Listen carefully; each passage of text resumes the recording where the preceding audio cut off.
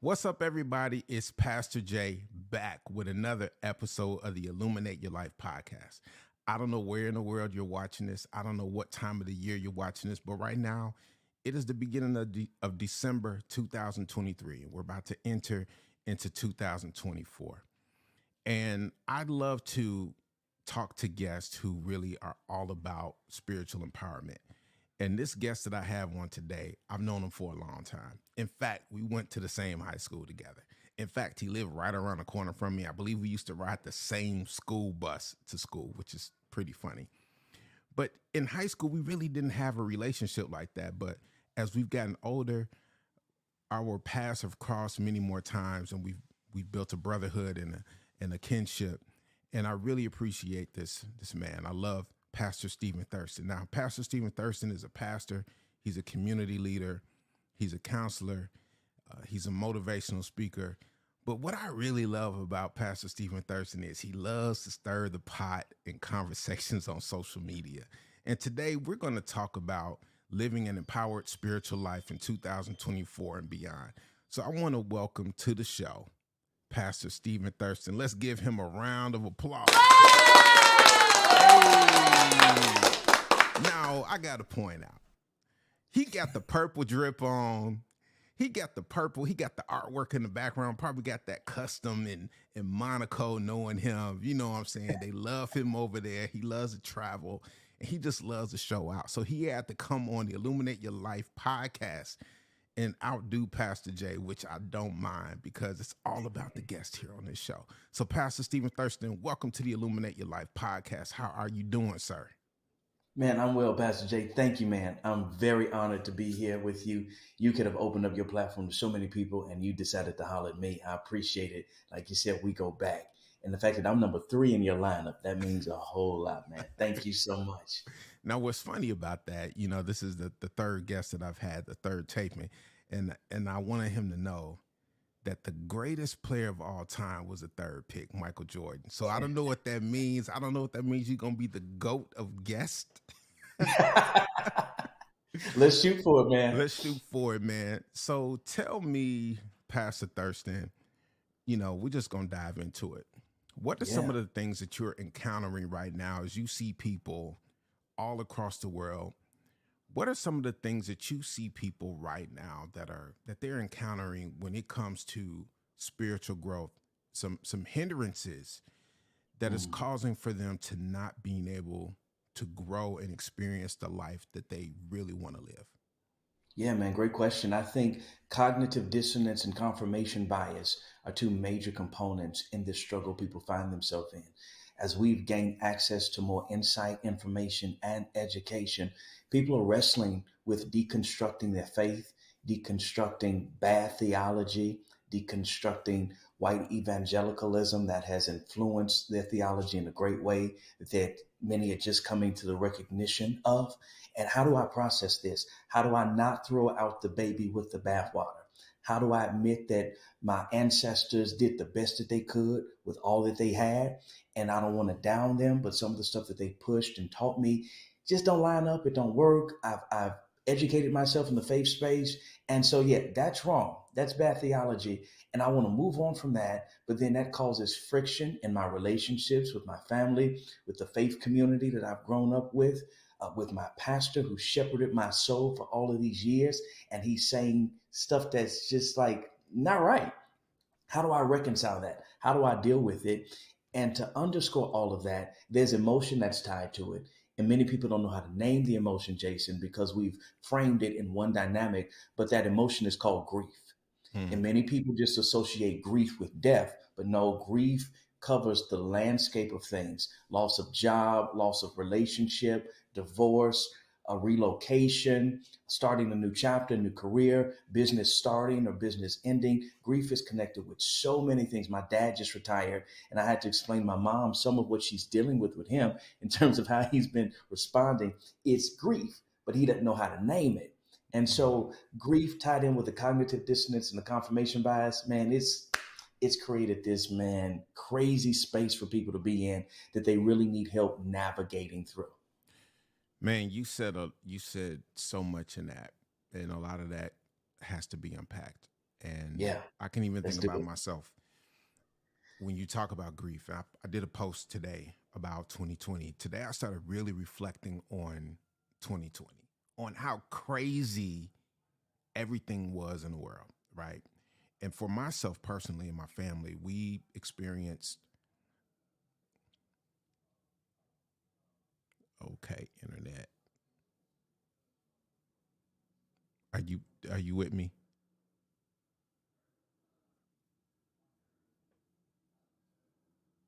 Okay.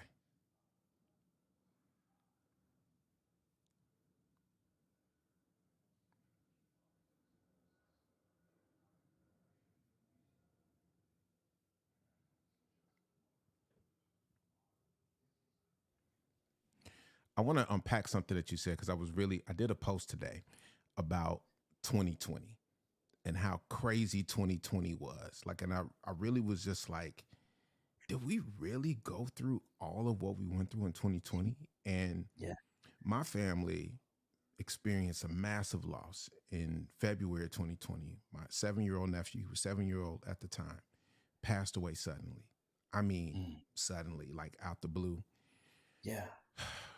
And then a month later, we were on lockdown. And then the rest of that year, living out here in LA, we were just on lockdown. And then we had the election and then all the insurrection and all this other stuff happened. And I started thinking like about the permanent scars that were left in 2020 Hmm. and how grief, like literally that whole year for me personally was about getting through grief. And then, I was talking to my brother about grief as well. My brother is a psychiatrist, and I did a show with him, and I was saying how I also had the emotion of grief when it came to moving. I've Hmm. moved several times as an adult, and when I left Chicago and moved to Houston, there was a period of grief because I never left home. Yeah. Right. So when you start talking about grief, right, and how that can keep a person kind of frozen in time because we're literally still trying to stay in that old experience that is now That's right. essentially dead. Yeah. How does the person now move on from a grief space Yes. into a growth space? Yeah. So many people don't recognize that grief and some of the things that we grieve will never get over, will never get past. We Mm, just live with and live through. Yea, though I walk through the valley of the shadow of death, we yes. have to walk through that place. And so many people have also allowed other people to put a time limit on their grief period. Grief is unique, it's individual. There's no standard operating procedures with it, there's no manual. And I know we have the 5 stages of grief, but those don't function in a linear fashion. You can be at one end of the spectrum one day and later that afternoon. Not next week, not next month, but that afternoon, shift to another space in there. And so recognizing how grief works, understanding it, unpacking it, and then recognizing that as you move through life, you'll just hit milestones along this grief path. And so, what that looks like is at the beginning of whatever that event is, there's going to be this rush of emotion. But as you move through life, the intensity of what you felt initially won't last, but there will be something that does last, and that's okay. Moving on, moving forward doesn't mean that you forgot about the person or the thing, that it didn't matter, that it didn't have significance. It was a part of your story rather than sometimes we see it as a stain. Two different things. Part of the story, it's an element there. And so work with it, process the grief, live with the grief, unpack the grief, acknowledge the grief, be okay with the process of grieving, know that yours is not going to look like anybody else's, and then shift your focus towards where you got to go and take your time getting Man, I hope y'all are taking notes. Like this is like this is masterclass teaching right here. there. It really is because a lot of times we don't always know how to name the thing. And I know Yeah. you talk a little bit about your dad now retiring. How long was he the pastor of the church? 45 years, 45 years in New 45. Covenant Baptist Church. Yeah, And now preaching you're for the like pastor. 52. Yeah, so my great grandfather started the church 89 years ago. Grandfather succeeded him. My dad then succeeded him. I then came on board and pastored with my father. Some people kind of miss that part of the story. I pastored there for 9 years. The folk voted me in. It was a whole process. My dad and I had equal power. I wasn't the children's pastor. I was the senior pastor. We shared that role. And so I did that for 9 years. I retired at the end of 2011, relocated back to Georgia, was doing some other stuff because I invested in the fashion space, had retail stores, all of that type of thing. And a mentor of mine from college asked me to come and serve at his church. So I did that for 3 years in an executive pastor type function. Again, took the next 2 years off. I'm an equestrian. So I just rode horses and taught people who didn't know how to ride, and then worked with people with various disabilities. It's called hippotherapy. And so that was ministry for me, helping people with those disabilities through therapy on riding horses. Mm. And then got a call to come back to Chicago, served as executive pastor there at Salem for 5 years, helped Pastor Meeks move to retirement, and we decided, hey, we're going to retire together. So January of this year, we both walked out of Salem together.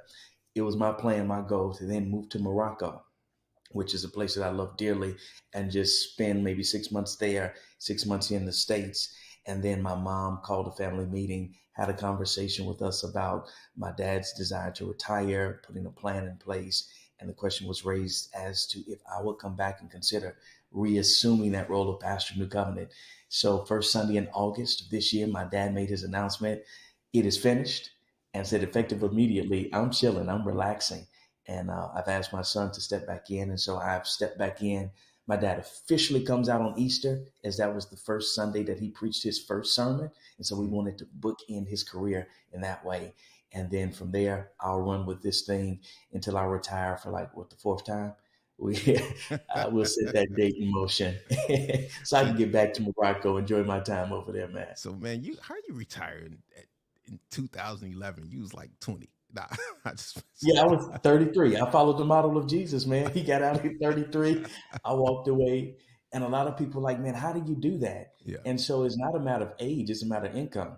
When your money is right and you're in a space where you don't need that yeah, consistent flow coming in, you can make some moves. So parents taught me well about managing finances and, all that stuff. And I made some risky moves with business, and it kind of caught up with me a yeah. couple of times. But, we bounce back. We live to see another day and keep pressing forward.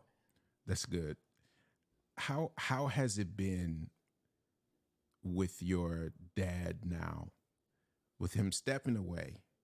What Yeah. are some things that you've seen that are, without trying to get too much in the business, but what are some things that you've seen now with him that's like, oh man, dad is feeling this weight kind of lifted, but he's still Yeah. seeing himself of what he's been for 45 years. Yeah, yeah. So a couple of things I've noticed. He showed up a few weeks ago. We had a meeting at the church on a Saturday, and he showed up in some ripped up jeans, skinny jeans, paint splatter on them. And I'm like, and I didn't buy him for him. This is something he bought for himself. So for those that don't know him, this is a guy who's been wearing Brioni and Ferragamo and that level of suiting all of his life. So to see him looking like that, it like clicked for me. It's really sunken in. And then on Sundays, he'll come to worship. Sometimes he'll just chill in his office. Sometimes he'll come out and just sit on the front row and just kind of sit back and enjoy. He doesn't have the pressure of paying that mortgage. We owe 8 million left on the building. He don't have that pressure no more. And so he's totally taken his hands off. And then as we celebrated World AIDS Day yesterday at the church, we had a few guests to come in. And one of the guests mentioned that he was a part of a group that sought Black clergy in Chicago to speak truth to power about HIV and AIDS, stop spreading misnomers and doing harm to the community, and be an asset. And how he celebrated the fact that my dad was one of 3 churches that took up that mantle back in the 80s and fought the good fight for HIV and AIDS and access to resources for our community. So to hear that story, and then for us to do what we did yesterday, which was major, to see the connection there of how the lineage is passed on, how fight the power is in the DNA. I could just see the smile on my dad's face like, yep, what I started is being continued. So we constantly seek to honor the work and the heavy lift that he did for 45 years, not just as a pastor in New Covenant, but as one of the godfathers of Chicago and then a former president of the National Baptist Convention of America. So we're going to keep his legacy alive, man, in the work that we do in community and congregation. That's awesome, man. You said something earlier, getting back to this conversation about this growth, like spiritual growth in 2024, what you've seen Yeah. with people. And you made the comment, and I love this. And this is where you begin to stir the pot, and I love pot stirs. Ain't nothing like a Yeah. good pot of greens, because if you don't stir that pot of greens, the flavor ain't gonna be right. That's it, sir. The flavor gets better as you stir the pot. Yeah. Bad theology. Ooh, Yes. bad theology has crippled people, because I see people who they will take scripture so literally, like Yeah. literal, Yeah. to a point to where it crushes them, it handicaps them to a point.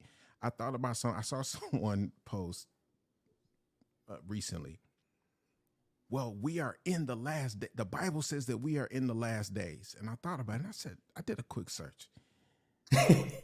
When did John write Revelation? It was 96 AD. And we're taking things that John said in 96 AD Yeah. and trying to apply them to 2023. And it goes into the cognitive dissonance that you were talking about. You can't always relate everything moment for moment. Right. And without sounding like a heretic, because I'm a pastor, I try to remove all the literal sensations that you get from reading scripture and go, how can we find something that is really, really applicable for today? Yes. Yes, sir. How do you when did you start to unpack bad theology? And how does one really begin to go through that process of detoxing from that themselves? Yeah, it began happening for me at Mercer University when I engaged in the MDiv program at McAfee Theological Seminary. And just my world was opened up to other resources, other trains of thinking, all of that, man. And so I'm a nerd, and I just dug into it and just kept reading, kept studying as I engaged languages, learning Hebrew and Greek, seeing some of the nuances in the scripture and how translations kind of missed it, and changing one word could change the whole trajectory of a particular text. I just kept digging and digging. And I always wanted to be a preacher that left people thinking in the preaching moment. My dad was known as a hooper. And so because we have the same name, I kind of wanted to go in the opposite direction. You drop me an E flat and I can do exactly what he does, maybe even a little sweeter.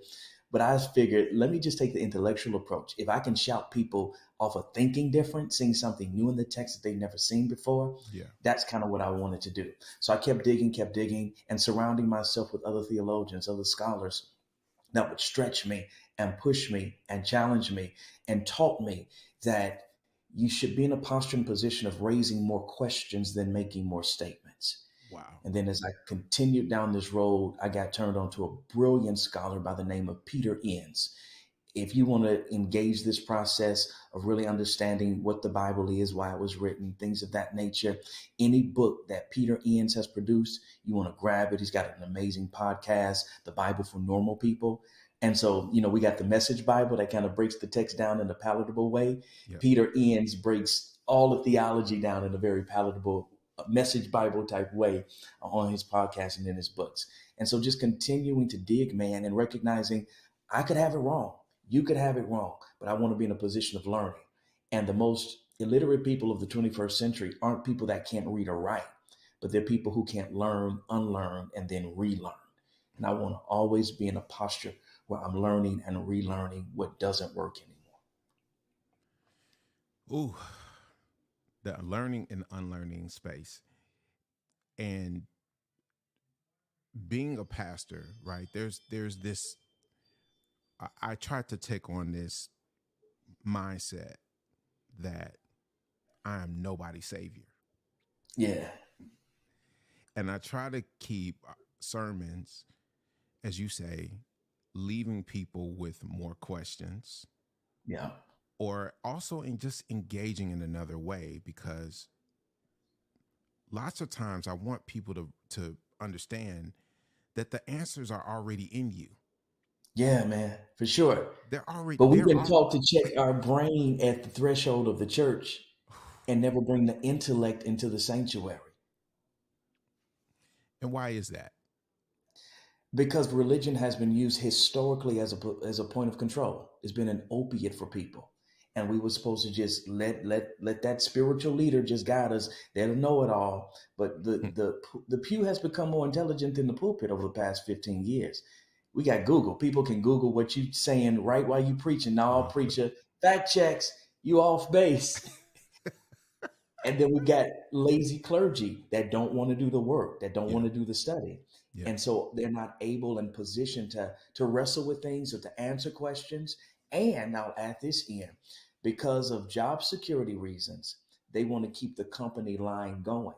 So personally, they may have wrestled with something and come to a different conclusion, but they got a board, they got deacons, they got trustees to answer to. So they got to keep pushing what's going to make the people shout, knowing, man, that's wrong. That don't make sense. That's bad theology. So we got all of these dynamics that we're wrestling with as we're coming to this place of a new level of spirituality and growth in that faith space.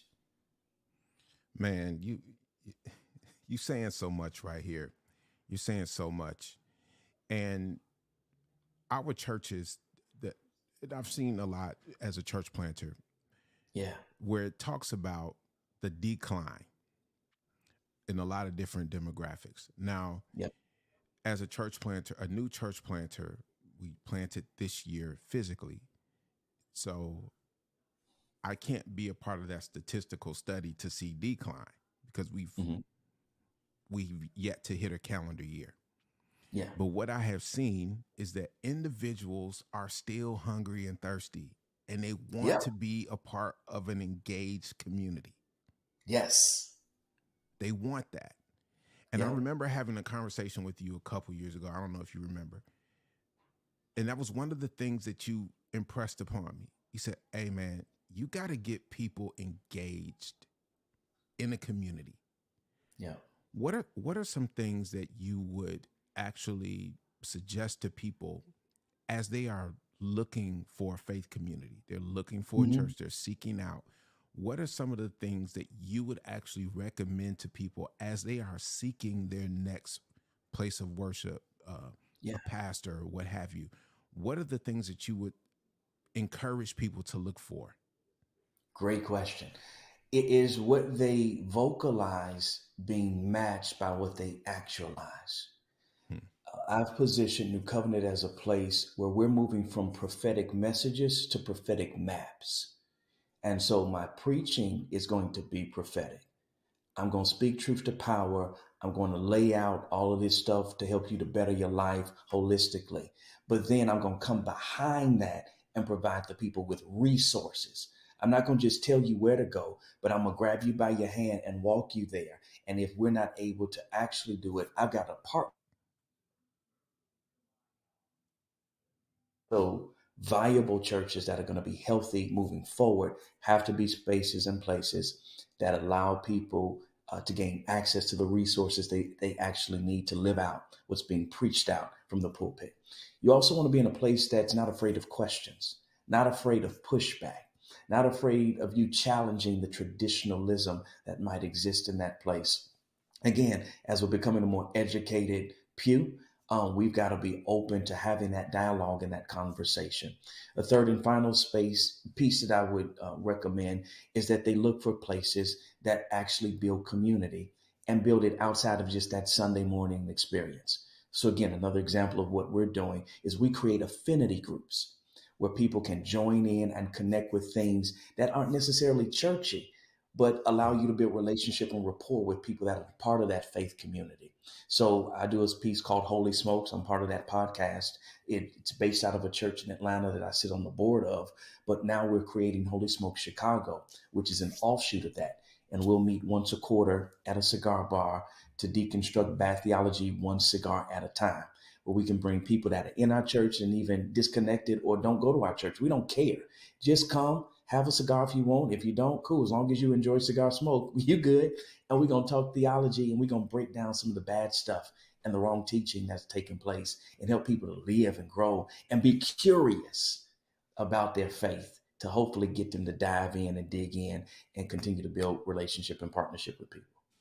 Man, you gonna start something. You gonna start something. The cigar. Oh my Yeah. goodness.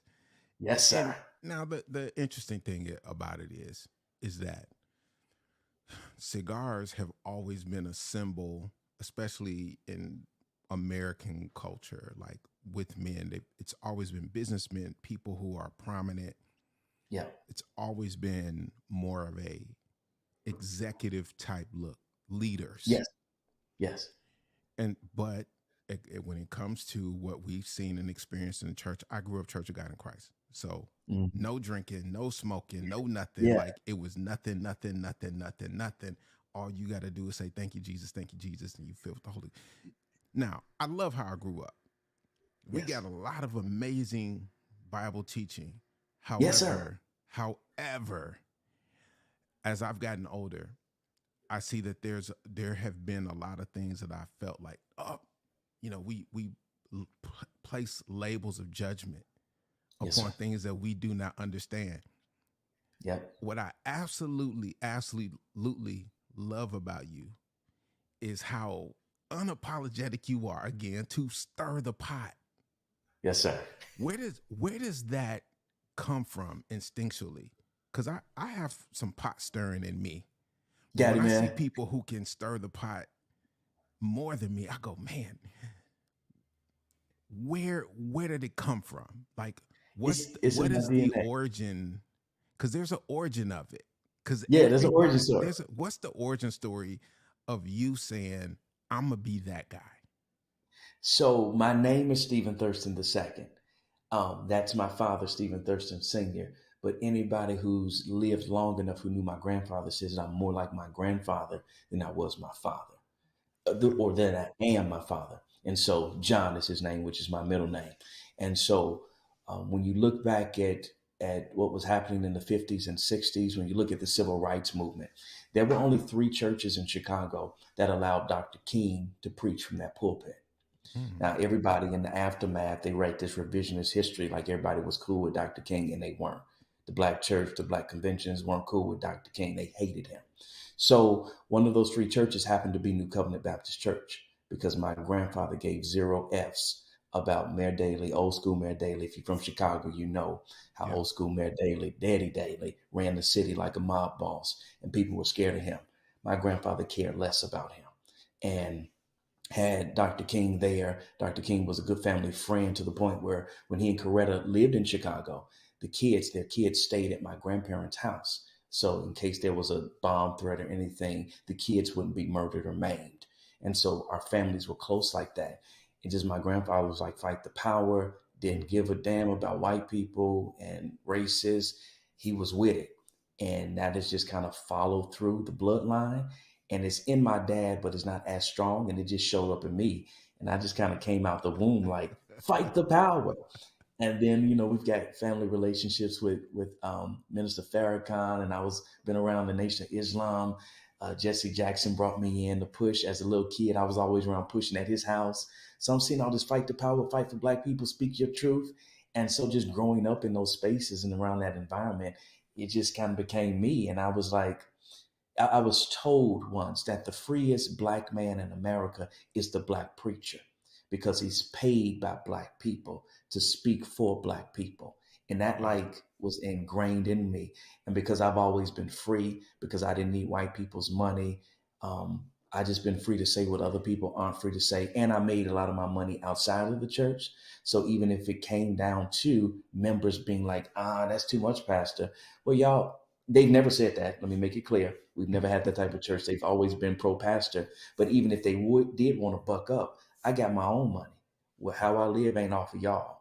So I've always had that freedom to just speak it, to say it. And because I'm intellectually astute, I'm always going to do my study before I speak, so I can back up whatever it is that I put out there with a level of confidence, not arrogance, but confidence, because I did the work and the study and the research before I put it out there so that I could stand strong on it. That's interesting. I didn't know any of that background of your family, and so that Yeah. shows that strong background of a foundation of what family does. That Yes, sir. structure, and even growing up where we grew up, same neighborhood essentially. Hmm. What was it like? Because I have my own experience growing up where we did. I feel like because I've had this conversation with a few of my other friends, few of my other black friends who grew up in particular in Homewood. I believe that Homewood birthed and produced some of the most outstanding black minds that I personally know. Gotcha, man. But I think there was a thing that we all, like some unwritten things that we all went through, some experiences that we saw at our school. What was that experience like, that duality of living in Homewood, but doing a lot of the stuff that you do in the city? Yeah. Did you ever have this thing where it's like, where maybe you didn't feel like quite black enough, or you didn't fit in, or did you ever have that emotion from time to time? Not really. Mine was maybe a little different. Moving to Homewood from the city and then having that duality of like church, and we still Yeah. had a family house in the city, so we were back and forth every day, all day. It it opened my eyes to poverty and opened my eyes to my privilege. And so I remember sometimes my mom would drive straight down Halsted. And if you drive straight down Halsted from where we live Yeah. back into the city, you see a bunch of different socioeconomic stuff. And so that drive shifted my lens on things. And of course, I've been around poverty, but for whatever reason, it clicked in there.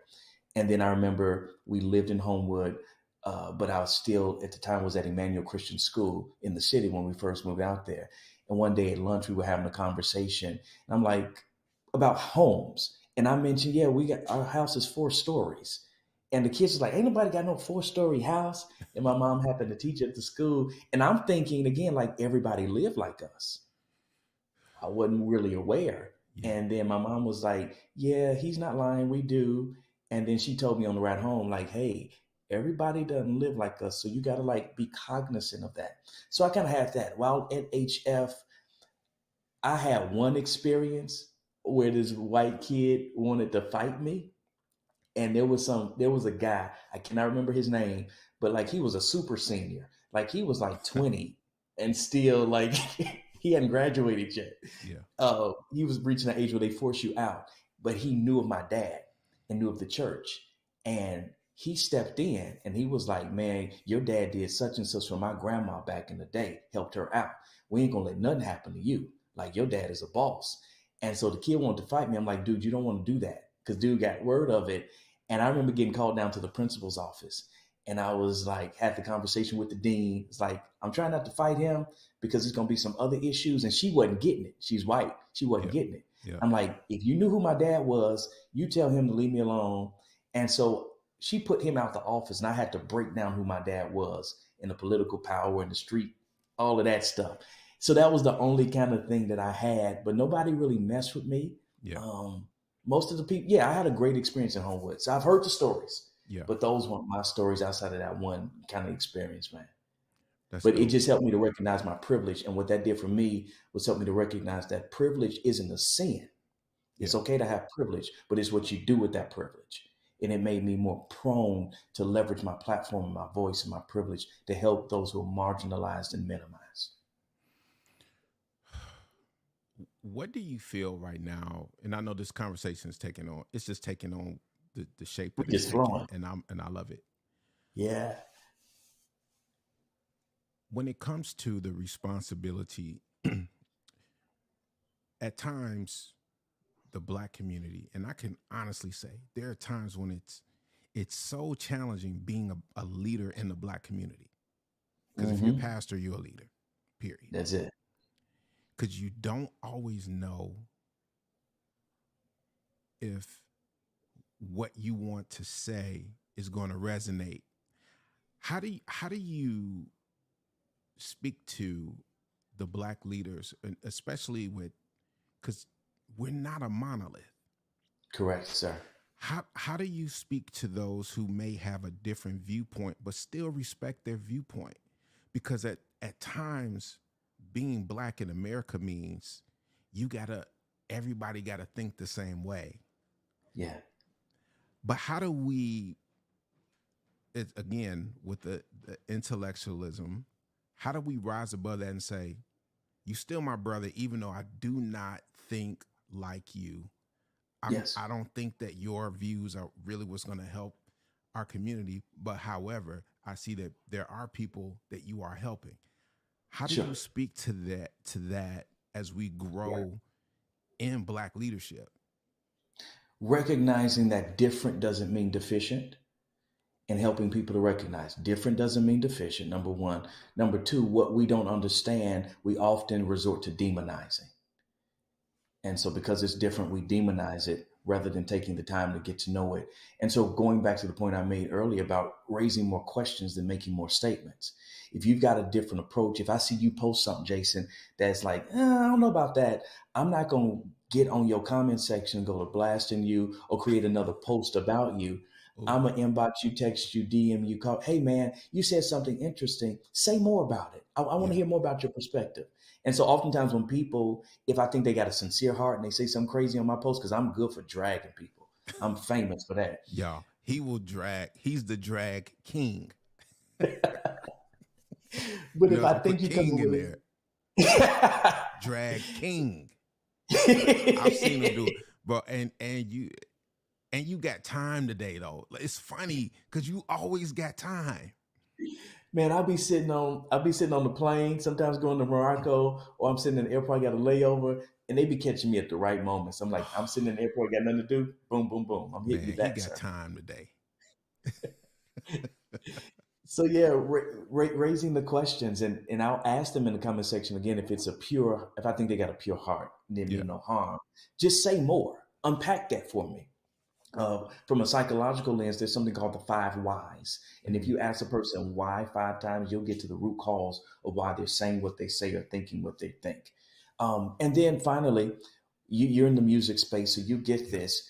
We all speak at different frequencies. Mm, that's good. And your voice is going to be captured by different people. Some people can hear you, some people can't hear you because Yeah. y'all not on the same frequency. And we got to just respect that. You'll speak to a person and be able to preach to a person that I will never be able to reach, Yeah. no matter how hard I try, and vice versa. And that's okay. My only challenge is for those that I don't agree with. And if we go to the process of raising questions and it's still like off, I might, just depending on the level of relationship. That's the key thing for me because it's about relationship that Yeah. gives space to engage in certain levels of conversation.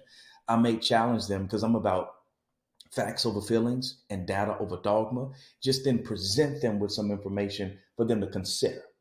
I'm not going to try to change your mind. That's not what I'm here for. But I do want you to think. So here's something for you to think and do the research yourself and see if you come to the same conclusion as to where you currently stand.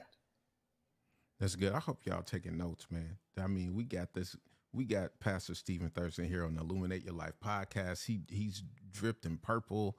He's got the artwork behind him. Now tell me, what's your love and fixation upon Morocco? I've never been. You got to come. I gotta go. So Yeah. let's set it up. I want to Yes, bring sir. the family next year. So Dope. what what is this love for Morocco? Do you have any roots there? Is there something that say, hey, I'm part Moroccan, because he do, Gotcha. because if you see his hair, he got the good hair, it kind of lays down kind of Moroccan. And that's crazy because the more I'm there, well, people think that I'm Moroccan and I'm starting to have difficulty, like even going through checkpoints and security. Like, you got an American passport? No, you can't. So, yeah, it's like that. Mhm. But I fell in love with the place a couple of years ago during the pandemic. I was invited. One of my friends expatriated, moved there. She got a global travel company and she set something up where you can come and spend a whole month for $2,000, 3 meals a day, flight, What? lodging, all of that. one of her friends had a spare palace that she turned into a retreat center out in the Sahara. So So wait, they how had a do you heat know wave. people? Oh, I got a spare palace, not a spare car, not a spare tire. I got a spare A spare- palace. Come on. And she actually met this dude on the plane. It's like a Disney movie type story, Wow. and kind of shared with him her vision. And once the flight landed, he was like, "Well, you know, thinking about what you said, I got a spare palace out in the Sahara. Let's do business. Let's turn that into your retreat center." Boom, boom, boom. Flew out from there. So fast forward, she's now purchased her own space in the heart of Marrakesh, which is where I spend my time. And so I didn't go for that. I pushed it back a few months later, ended up taking like 7 pastors just to kick it as a reprieve from COVID, Yeah. and fell in love with the place. The food is amazing, fresh farm to table. The weather is great. If you like hot weather, especially, it's great. It's a different kind of heat, like a dry heat. The exchange rate, $1 here is $10 there, and they don't have inflation. Let me say that again. $1 here is $10 there, and they don't have inflation. Jesus. So premium gas is like $1.15. Oh, Um, I took 14 people to dinner, lamb, steak, lobster, liquor, $430 for 14 people at a top tier restaurant. gee. Yeah. Okay, but So Morocco's on the list. yeah, 6 hour flight from New York. There are people. It's in Northern Africa, so you feel at home. And as a Black American, as soon as your feet hit that soil, you literally breathe a different air. The cloud of white supremacy isn't there. They love us, accept us. They're very hospitable people, welcoming people. You make friends quick, and they will roll out the red carpet for us. And they just love us, and it's just a cool vibe, man. I don't. They got strong Wi-Fi, but I don't do no work when I'm there. Healthcare system's amazing. Had a friend on this most recent trip, left her medicine here in the States. Pharmacy is down the street from the house. She walks down there, no paperwork needed, gets the medications, three different medications that she was on. She gets 30-day supply of each, pays $6 for all three of those. So this is Had where a you're gonna girl, retire. yeah, this is retirement plan, man. And if I ever got in trouble here in the States and needed somewhere to hide, I fall right in there. They think I'm Moroccan. I just got to work on my Arabic and I'll be straight. Oh my goodness. So you making everybody. So that's your sales pitch for Morocco, Y'all got to come. Marrakesh is the spot to be. Marrakesh.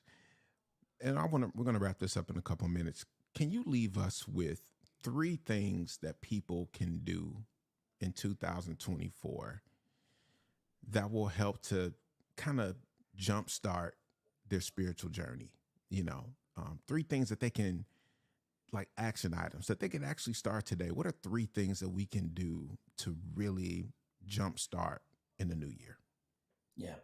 I really want to drive people towards Peter Enns. I'm not getting paid by him. I have no affiliate link, but he has been a tremendous help in helping me to unpack and so many others unpack. As a matter of fact, Jason, I'm putting that his books as a part of our new members curriculum there Awesome. at the church because it's that rich, it's that substantive. So engage Peter Enns, all of his books, his podcast, The Bible for Normal People. He's going to help you to start the process of kind of re-envisioning and reimagining your spiritual journey. Second, find a faith space, a faith leader that you connect with. Don't go to a church just to be going. Go to a place where you're growing. And yep, that might mean leaving grandma's church and the church you grew up with. And it's okay to outgrow a faith space. There's nothing wrong. That doesn't make them bad, them horrible. You have just grown to another level. You're off the Pedialyte, and now y'all who are babies, you recognize that you have moved on to another stage. No more formula. You're eating whole meat now. And so be prepared to do that and be okay with that. And then third, embrace grief. Mm. Embrace grief, do your work on grief, do the research on grief. And sometimes that means getting help. And it's okay to have a couch and Christ, a therapist and a theologian, and embrace therapy, Black people. No longer needs to be taboo. We don't need to sweep it on the rug. There's some stuff you can't pray away. Some of us need medication. And go to a therapist, not because I'm crazy, but to keep from becoming crazy and to better deal with people who are crazy who won't get therapy. This man got such a way with words, man. I I can listen to you talk all day, man. You go to therapy to prevent yourself from being crazy as you around people who are man, listen. Yes, sir. Man, I want to appreciate you for being a part of this podcast, for being um, gracious and generous with your time. I know that people who are leaders like yourself, you take your time seriously. So I honor you, and I honor your time. Um, and I pray for you, your prosperity. I pray for your congregation, the growth of your church as you continue to do a great work in the city of Chicago, my hometown city. Yeah. So we love what you're doing and what you represent. Thank you, man. How can people get in touch with you? How can they reach you on social media? All that. Give us your social media. Yeah, hit me on Facebook, Stephen Thurston. You'll find me there, and I do a piece every Friday at 3 p.m. Central Standard Time called Mirror Moments, where I help people to change what's within so that they can change what's around. Quick 15-minute piece. You can go back and catch all the previous episodes. They're saved in the video section on my page. You can go to my website, Stephen with a PH, StephenJThurston.com. My book is there. I've got some other ebooks and other free resources. My lanes are leadership development and relationship. So if you got challenges in any of those two spaces, holler at me there. And then on IG, Stephen J. Thurston. Follow me there. So on IG, on Facebook, my personal website, and then the church, if you want to catch that piece, New Covenant Missionary Baptist Church here in the city of Chicago. Plug into us. We're going to bring you back again. The next show is going to be about relationships and dating. I can't Let's wait do it. because, boy, Yeah. oh boy, when I see some of the things that you talk about, I just sit back with a bag of popcorn and I go in. So I appreciate you once again. Thank you all for watching and tuning in to another episode of Illuminate Your Life. I'm Pastor Jay. Please join us again for the next episode. Stay tuned. Click that notification bell so you can stay up to date with everything that we're doing. Make sure that you download the Illuminate Your Life app. That's right. You can see our podcast. You can watch sermons. You can stay up to date with everything that's going on in our community with Illuminate Church. So until next time, I'm Pastor Jay signing out. Peace and blessings.